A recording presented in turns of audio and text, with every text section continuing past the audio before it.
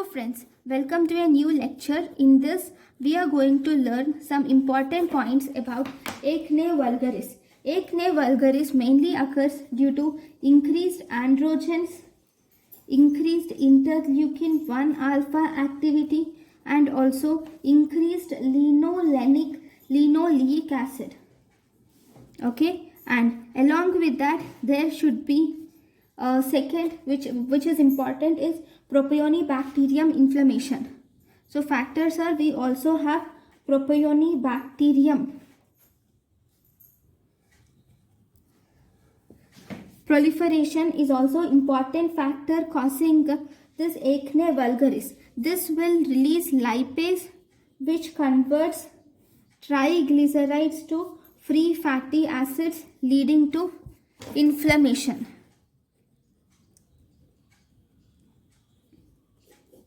All these androgens or interleukin 1 alpha or linoleic acid, all these leads to activates blockade of duct, which in turn activates propionibacterium proliferation, leading to these factors.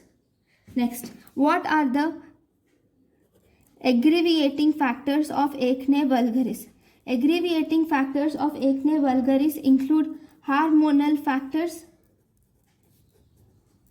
or there can be stress, food with high glycemic index like carbs, dairy products. So all these can also result in this acne vulgaris.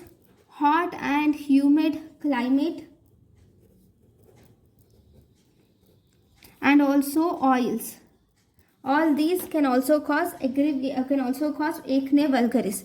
Then we have classification of acne vulgaris. According to classification of acne vulgaris, the first type we call it as, there are comedones. Second, there will be mainly papules. Then third, there will be mainly pustules. And fourth, we have cyst, abscess or nodules are mainly present. Okay, so this is the classification, where 1 for comedones, 2 mainly for papules, 3 for pustules, and 4 for cyst, abscess and nodule. Next, what about the types of acne vulgaris? We have different types of acne vulgaris, which includes, first we have neonatal acne, or we can also call it as neonatal cephalic pustulosis.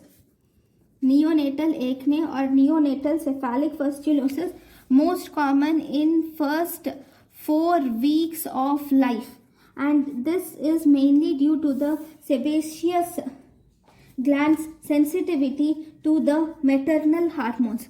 Remember one thing, there are no comedones seen in this neonatal acne, and this is most common in the cheek, nasal bridge, forehead, chin, neck and upper trunk. Then second, we have infantile acne. These infantile acne are common at 6 weeks of age, and it lasts for longer period. And these infantile acne have comedones, pustules and pulses. Pustules and papules. Comedones, pustules and papules may be present, which will progress to pitted scars. They are most common in forehead and nose. And for these acne, we should screen for androgenism in this infantile acne. Then third, we have acne excoriae. Acne excoriae, or we can also call as Pickard's acne, where young girls squeeze the acne, and once they squeeze acne or scratch the acne, this will lead to scab formation and scar formation. So it is common in adolescent girls, and it is also associated with emotions, anxiety and depression. Then fourth type we have is tropical acne or follicular acneiform eruption. Okay, it is due to extreme heat. This occurs due to extreme heat where we have inflamed nodules, cystic, pustular eruptions. It is most common, it is mainly due to heat, and it is most common in military personnel because they work in extreme environmental conditions, and also furnace workers, obviously because of the heat that they have to undergo. It is common in furnace workers also. Fifth, we have acneiform eruptions, or we can call it as steroid acne. Here, this is an acne-like skin condition which is most common in high steroid intake, and it is common in adolescents and adults. Here all the acne are only of one type. There can be pustules, there can be papules, or there can be anything, but there will be only one type of acne, which is monomorphic lesions. It is common in chest, face, neck, back and arms. Then sixth, we have acne conglobata. In this acne conglobata, here there is sudden worsening of pustular acne. Sudden worsening of pustular acne results in this acne conglobata. This acne conglobata is common in 18 to 30 years of age, and it is associated with testosterone and anabolic steroids. Associated with testosterone and anabolic steroids. Then we have follicular occlusion tetrad. Follicular occlusion tetrad includes, this will include acne conglobata, hidradenitis suppurativa. Then we also have pilonidal sinus. This includes pilonidal sinus and dissecting cellulitis of scalp. This includes acne conglobata, hidradenitis suppurativa, pilonidal sinus and dissecting cellulitis of scalp. Then we have, this is follicular occlusion tetrad. Then we have seventh type, which is acne fulminans, or we have acne maligna, or acne febrile ulcerative acne. Okay.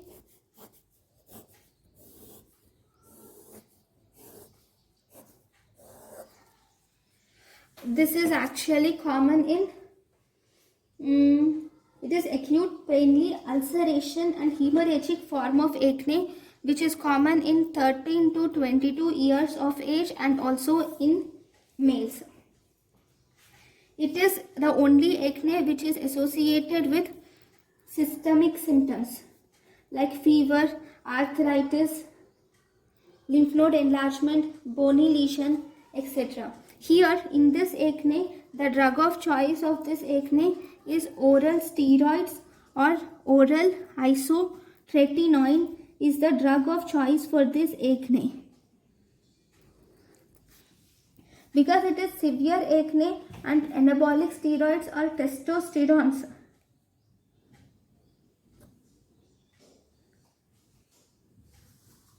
Here main drug of choice is steroids, but you can also give oral isotretinoin. Okay. Next, even if this is unsuccessful, then you should give if unsuccessful, then you should give TNF alpha inhibitors. TNF alpha inhibitors can be given, right? Then we have something called as chloracne. This chloracne is acne-like condition which is seen due to the exposure of aromatic halogenated compounds.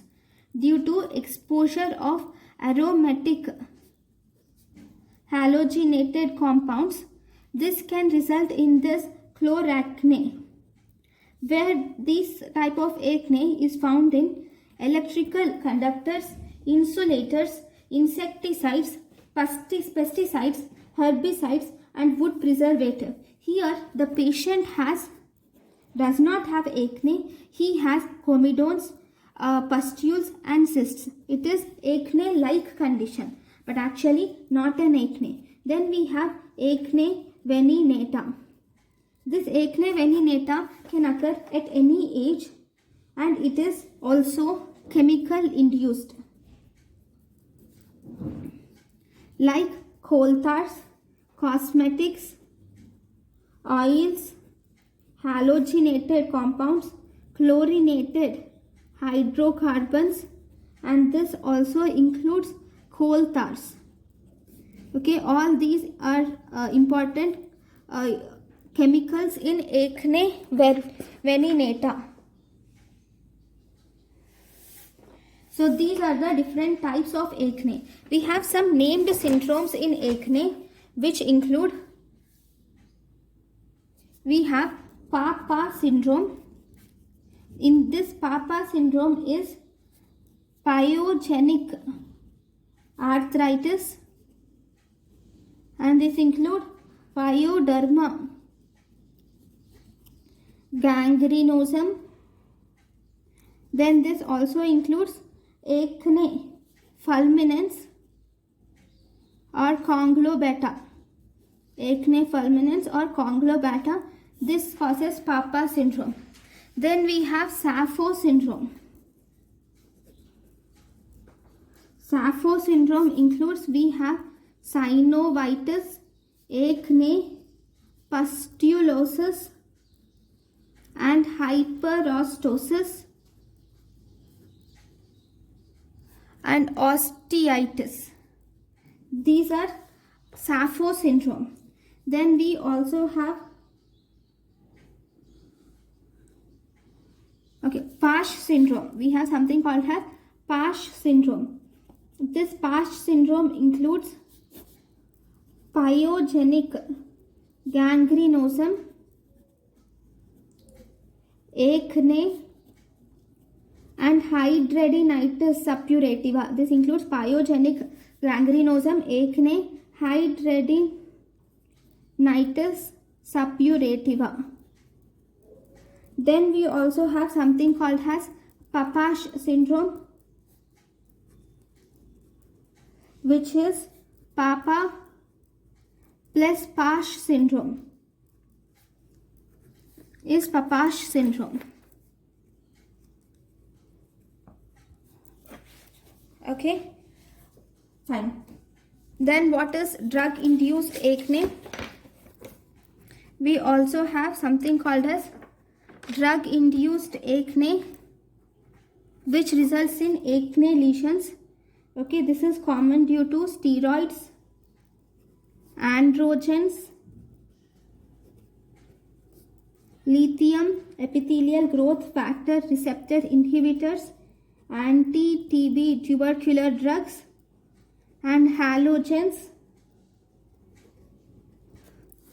Then we have anti-epileptics, and we also have antipsychotics. All these results in drug induced acne. Okay, next. And then wood lamp, if you do, you see orange red fluorescence. Orange red fluorescence is seen. Why is this orange red fluorescence seen? Due to coproporphyrin, which is released from Propionibacterium acne. Then treatment of choice actually is retinoids, where you give tretinoin or isotretinoin can be given for 2 to 4 weeks. Okay, then you can also give Other drugs also, mainly topical retinoids is the treatment of choice. Then others like we can use benzoyl peroxide can be used, and we can use antibiotics like you can use doxycycline or minocycline can also be used. Okay, this doxycycline has a side effect of photoonycholysis. It can cause photoonycholysis, whereas minocycline causes side effect of hyperpigmentation of skins and nails. Next, we also have oral retinoid. Actually, treatment of choice is topical retinoid. Oral retinoid is drug of choice in severe or grade 4 or nodulocystic acne, and also in acne conglobata. Also, you can use this oral retinoid. There is one more thing. This topical retinoid includes tretinoin,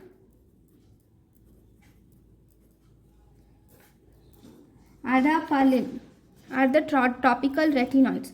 Oral retinoid is nothing but isotretinoin.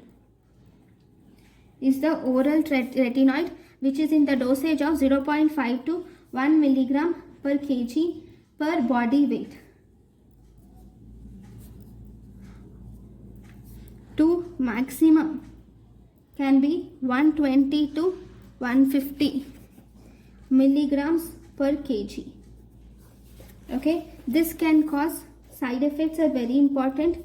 Most commonly, it causes dryness of lips, increased triglycerides, it causes hepatotoxicity, teratogenic,